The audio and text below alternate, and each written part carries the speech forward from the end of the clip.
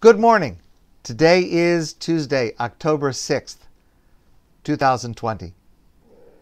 Yesterday, I spoke about how prayer to achieve a goal cannot work if we do not ourselves take the necessary concrete steps to achieve those goals that we want.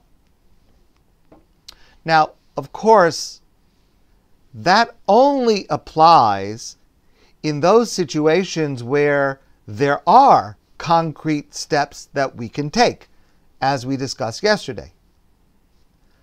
But sometimes the situation is different, and we are very limited in what we ourselves can do to bring about the result that we're looking for. For example, if someone is very sick or has been in an accident, God forbid. Now, unless we are ourselves a medical professional that is caring for that person, what can we possibly do to help them?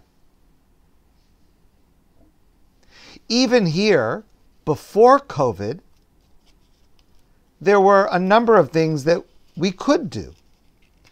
For example, we could visit. The mitzvah Bikur Cholim, of visiting someone who is sick. Important emphasis, when it is done properly and when it is done sensitively. And that's very, very important, because all too often someone, again talking about when visiting people was possible, all too often someone visiting is not sufficiently sensitive to the needs of the patient and more concerned with their own needs, and it is not necessarily helpful. But when it is done properly and when it is done sensitively, that helps in the healing process. Also, visiting with family members who are also going through trauma and crisis, again, when done sensitively, can be tremendously helpful. Of course, during COVID now, even these steps are not available to us. Now, we can still reach out in a way that is not intrusive, by phone or by text to family members, but we must be very careful and very sensitive not to overburden or put demands on family members. And it's a very fine line to call, to send a text. Will they feel obligated to respond? Do they have the energy? Will we understand if they do not respond? And it's a very fine line, and it requires sensitivity. But considering all that we cannot do frees us to concentrate all of our energy and our effort on what we can do, and that is to pray. I'm reminded of the famous line in the Talmud, Ein lanu lihisha'on ela el Avinu shebashamayim. There is no one for us to rely on except God in heaven.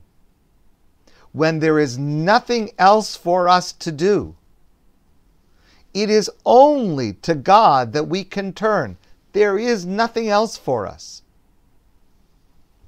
And that is the situation where all we have is prayer.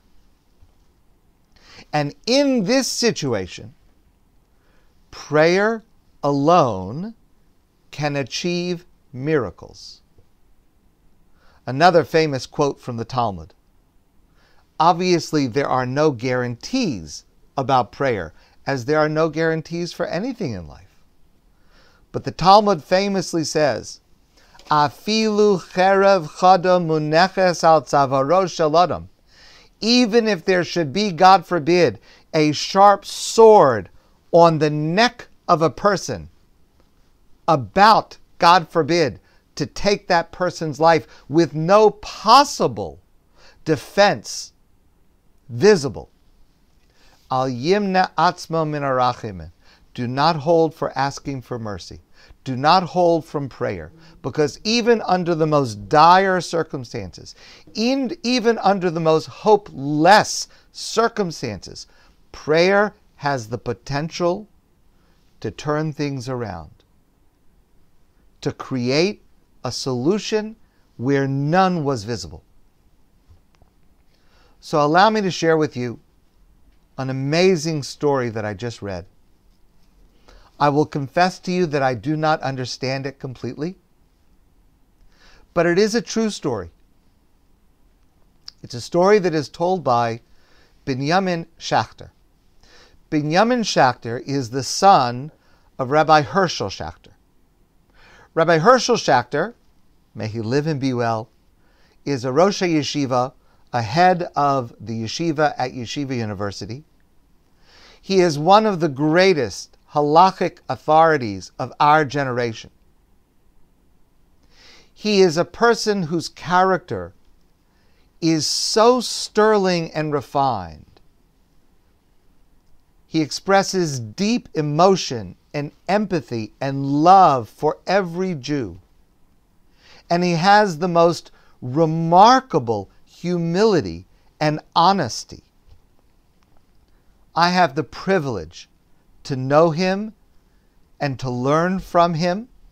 His guidance, along with, I would say, maybe 2 or 3 other people, has been the main influence and resource in facing these challenging times for me personally and for hundreds, if not thousands, of rabbis and communities around the world. So here's the story. Told by his son, Binyamin. It was about a time that he and his father, Rav Schachter, were in Israel, and it was their last night in Yerushalayim, and they took a taxi back to their hotel in order to prepare for their flight home the next day. When they got out of the taxi and they were going up to their room, they realized that they had left Rav Schachter's briefcase, which included his passport, in the trunk of the taxi. They forgot the briefcase, and it had the passport. It's very important. However, he says, to be honest, they were not really so worried because, it's Yerushalayim, and things have a way of working out, and people know each other, and they felt pretty confident that somehow they would be able to get the briefcase back in time. They were not so worried. And they were right. It took only 2 hours. 2 hours for the briefcase to be located, identified, and returned to Rav Schachter, because apparently what happened is the next rider in the taxi had put luggage in the trunk, opened the trunk, and they saw that there was a suitcase there. They looked at the ID tag. The passenger immediately recognized Rav Schachter's name, and the passenger said to the taxi driver, "Do you know who this bag belongs to? This bag belongs to Rav Herschel Schachter." And in order to explain who this man was to this taxi driver who did not know who he was, he said, "Rav Herschel Schachter, he is the Bobby Sala of American Ashkenazic Jews." Now, I have to take a moment, and I need to take a little bit of a detour, because I have to explain that phrase in order to get the rest of the story. So let me explain this. So, to say that about Rav Schachter is both a perfect description and also a completely misleading description. Let me explain what I mean. It is the perfect description to give to an Israeli taxi driver to explain who this man was in his taxi who left his briefcase there. Because just as the Baba Sali is known to and revered by every Moroccan Jew in the world and many, many others, Rav Hershel Schachter is likewise known to and revered by just about every North American Ashkenazi Jew and many others. So it's a great way to describe him. But it's also completely misleading in the sense that Baba Sali was a mystical leader. He was known for miracles, and people came to him and invoked his name for supernatural healing and salvation. Rav Hershel Schachter, on the very opposite hand, is the epitome of a rational scholar and thinker, relying on sources and reason for his pronouncements. Okay, but that's what this other passenger said to the taxi driver. You had the Baba Sali of American Ashkenazi Jews in your taxi. Okay, so a little Jewish geography, they figured it out. Again, within 2 hours, the taxi driver came back to the hotel to return the suitcase to the revered Rav Hershel Schachter. He called from the lobby, and Rav Schachter said to his son Binyamin, please go downstairs and get the briefcase. Tell him thank you very much. Here's a $100 bill. Please give this to him as a thank you for this tremendous act of kindness of bringing back my briefcase. Binyamin goes down to the lobby. He meets the taxi driver. He thanks him on behalf of his father. And he gives him the money as a reward, as a thank you. And the taxi driver says, I refuse to accept it. I won't take anything, but I must meet with your father for 5 minutes. It's a very unusual request. He didn't know him at all. But what could Rav Schachter do? He brought back the suitcase. This man came up to the room, and the meeting was just surreal. This taxi driver poured out his heart to Rav Hershel Schachter, explaining that he and his wife had been married for 14 years. They had not been blessed with children. They didn't know what to do. And Rav Hershel Schachter, as I mentioned before, he is a man of the deepest empathy and compassion. And Rav Schachter himself was in tears listening to this story. And then Rav Schachter said to him, he took his hand in his hands, and with tears in his eyes, Rav Schachter said to him, you will celebrate the bris of your son next year. Now, taxi driver left. His son Binyamin just couldn't believe what he had seen, because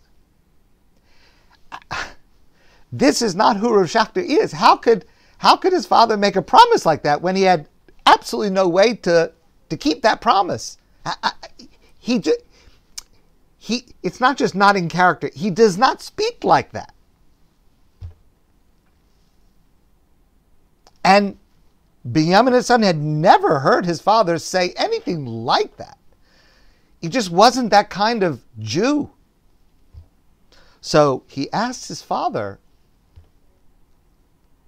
how were you able to say it? How are you going to do that? And Rav Hershel Schachter said,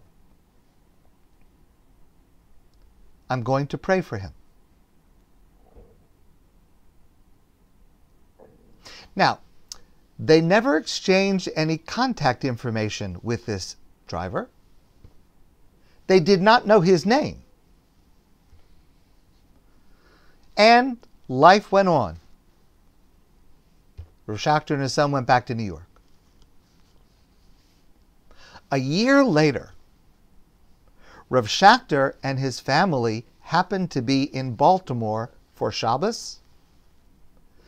And when they were in shul, there was a certain young man that was trying to get Rav Schachter's attention.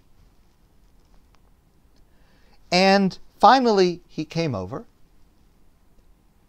and he said to Rav Schachter that he had just come back from Israel. And he was in a taxi, and the taxi driver heard him speaking English, and the taxi driver said to him, "Do you know, have you ever heard of Rav Hershel Schachter?" And of course, this young man said, "Yes, of course." And he said to this boy, "I don't know how to reach him. I don't know who he is, but please tell him that last week my wife and I celebrated the bris of our son after 14 years. So Binyamin is there. And he hears what happened. And he goes over to his father and he says, What happened? How did that happen?" And Rav Hershel Schachter said, "Of course it happened. I prayed for that man 3 times a day, every single day, since the day we saw each other. Of course it happened."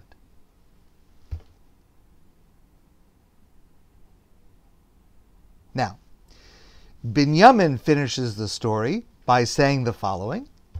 He writes, "Only in Israel is a lost briefcase returned in a matter of hours.